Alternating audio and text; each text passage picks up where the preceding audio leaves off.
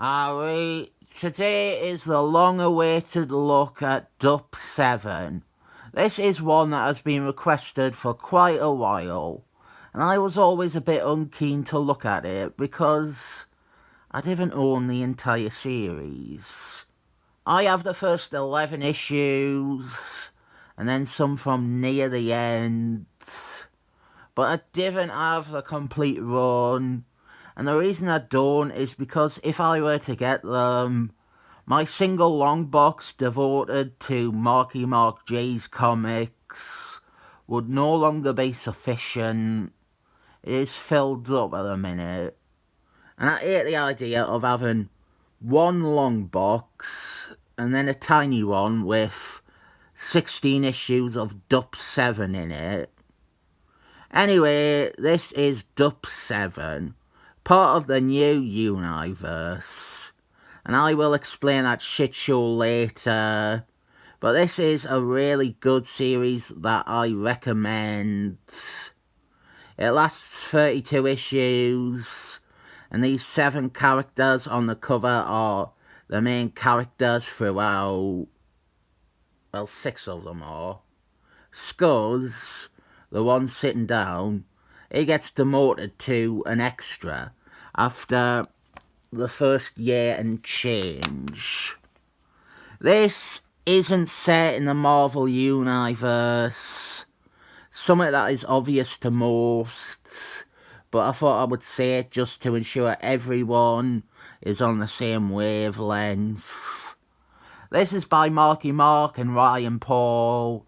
They do all 32 issues, although there might be a fill-in artist or two along the way. And here are arguably the two main characters, Randy O'Brien and David Landers. Their would-be code names are Antibody and Mastodon. This is a classic example I would point to and say that there is no point in me giving them incorrect names because nobody knows what the correct names are anyway. It will just add more confusion to the mix. Nobody knows who they are. Randy is a doctor who is dressed like a nurse, and David is brought into his care. Unbeknownst to both, David has developed superpowers, or as they are called in the new universe, paranormal abilities. He has put on 200 pounds of muscle. He is basically super strong and has some invulnerability. The comic straight away establishes a nice bond between Randy and David. And this really is the heart that pumps for the first few issues. This friendship between them, which is about the time to talk about what sort of stories D.P.7 gives us. I would describe D.P.7 as a character drama and soap opera. There is action, obviously, we have action sequences, but the focus and quality of the series is exploring the characters and their relationships to each other. On top of the 7 principal casts, we have an enormous fucking ensemble supporting cast of characters. We are talking in excess of 25 different characters, and they all feel a bit more developed or fleshed out or thought out than you would expect. It is written by Marky Mark, and I am going to say something that nobody has ever said before. And I think the only reason they haven't is because less people have even read D.P.7. This is Marky Mark's Second, Justice League. Marky Mark's Justice League miniseries is considered by many, including Marky Mark himself, to be his magnum opus. I think we have the exact same scope and approach to D.P.7. Shortly after meeting David, Randy finds that he has powers of his own. He can create a shadow energy form, and is basically that one character from Dome People. After D.P.7 ended, the shadow energy entity was in a Kazar story. Actually, all of D.P.7 made an appearance in an issue of Kazar, but the shadow energy thing was in a different one. It followed Kazar back to the mainstream universe after he had a very special reunion episode where he got to meet all the D.P.7 characters.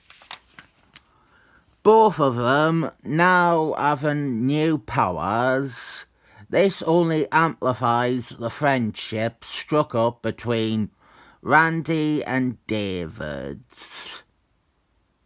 Our main plot, our story for the majority of the series, is about this clinic that they gone to.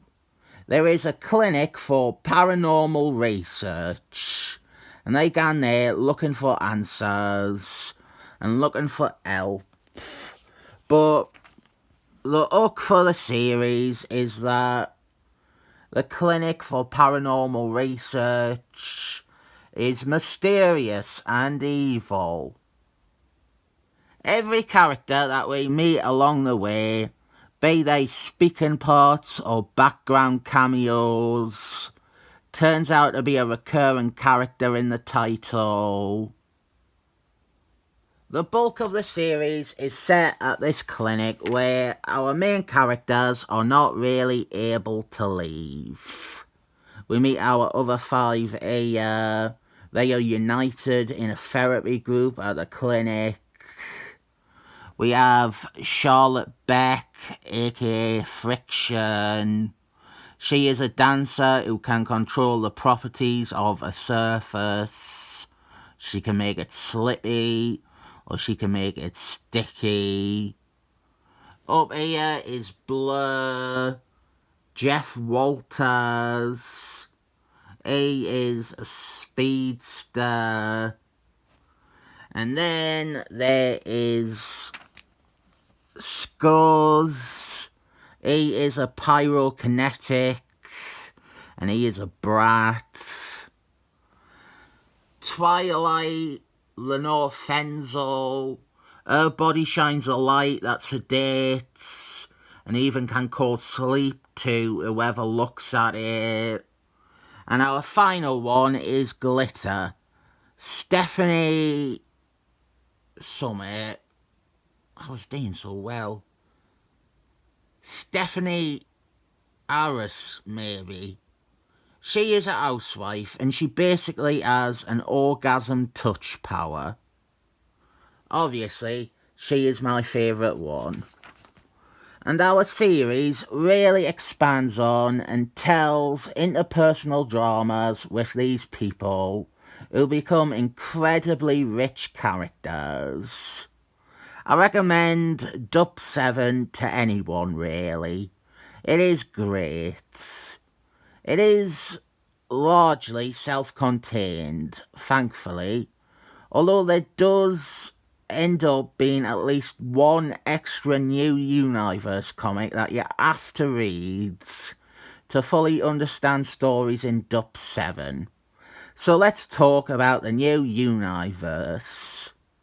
I didn't want to spend ages on this because it detracts from D.P.7 to talk about this embarrassing failure. The new universe was Jimothy Shooter's arrogant attempt to create something that he believed could replace Marvel's universe if rights issues with Jack Quimby got worse. If we cannot have 4, at least we have Mark Hazard, Merc, and Kick-Ass Inc. The new universe was a mega failure. The books couldn't hold on to any creative team or even consistent direction. Many of them outright broke the idea that it was meant to be a more realistic world. And while some of the characters, like Night Mask, on the surface might sound like they have potential, none of it was ever met. Ever. D.P.7 is a different story though. D.P.7 ran the longest of every new universe title and did not have a change in creative team. Marky Mark and Ryan Paul were on board from the start until the end. In the last year, it does change the dynamic a lot, and it starts incorporating wider new universe mythology, but it remains the obvious jewel in the crown of shit. A big hope of mine is that Marvel realise this and eventually do an omnibus, collecting the 32 issues, the annual, that one shot, probably the draft miniseries, which featured Blur and was co-written by Marky Mark. And then that issue of Kazar, issue 31, which also allows me to talk about the fact that outside of Marky Mark G and Kazar, these characters have largely remained untouched. There was a nice little appearance in an XL story where the XLs visited the new universe, and that felt more like a tip of the hat, and that is about it. I want to point out 2 Easter eggs I have noticed over the years.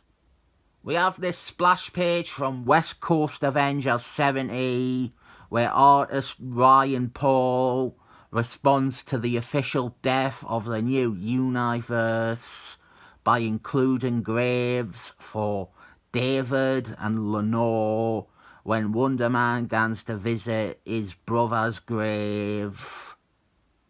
The other is in Kazar issue 4, where the 2 women Kazar flirts with are clearly Friction and Glitter. I meant West Coast Avengers 65. Why am I ending the review there instead of showing their attempt to escape the clinic and the clear revelation that the clinic are evil? Because honestly, I really like D.P.7 and I think you should check it out. I didn't want to start covering this series extensively because I want you to enjoy it for yourself. I'm sure one day I will look at another issue and talk about some of the more specific character beats and ideas. Like the annual. I have the annual and I could review that one. But for now, I am telling you to get in with the mindset that the new universe is shit. But it doesn't matter because this is mostly its own thing and should be enjoyed as such. Don't judge this based on its association with the new universe and the other new universe comics, which were true garbage. This is what the new universe could have been, and now this series exists as something you wish had been its own thing rather than a part of it. The minute you saw the title, you knew I would be rating this one D.P.7 thumbs up.